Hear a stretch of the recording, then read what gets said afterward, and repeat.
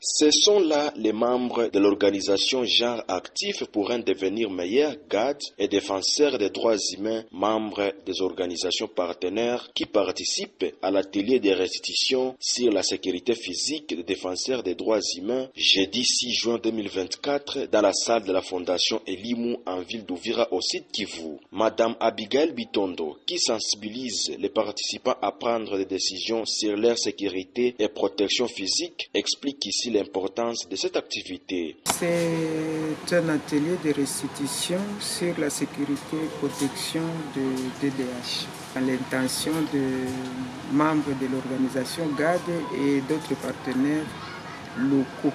L'objectif, c'était d'abord de renforcer la sécurité et la protection de DDH en suscitant dans les DDH la culture de prendre une décision centrée ou basée sur leur sécurité. L'organisation GAD est partenaire de la protection internationale qui renforce notre capacité en sécurité et protection des défenseurs des droits humains. Il n'y a pas seulement la protection internationale, il y a aussi la coalition des femmes défenseurs des droits humains.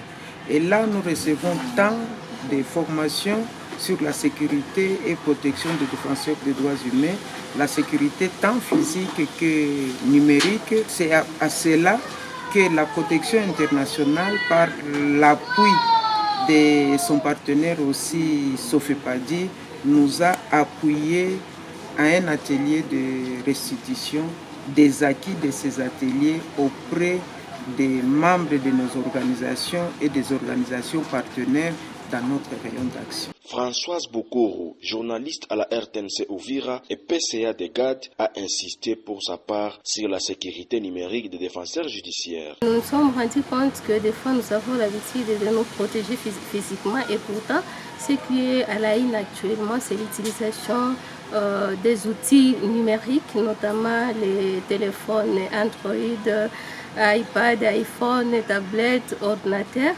Et ces outils, quand nous les utilisons, il y a des messages que nous partageons entre amis, il y a nos données que nous gardons dans ces outils et que s'il y a des personnes qui veulent vraiment nuire notre sécurité, peuvent non seulement nous atteindre physiquement, mais également numériquement. Voilà pourquoi nous avons voulu échanger avec les gens avec qui nous travaillons, pour qu'ils sachent qu'en dépit de se protéger physiquement, ils peuvent aussi se protéger numériquement, donc protéger les outils qu'ils utilisent. Les participants de leur côté ont été satisfaits de la matière apprise et se sont engagés à restituer à leur tour les acquis de cette formation pour que les défenseurs judiciaires d'Uvira soient en sécurité. L'un des participants nous relate ici ce qu'elle a retenu dans cet atelier. Je viens de retenir que la sécurité, c'est le mesure que je dois faire pour être hors du danger.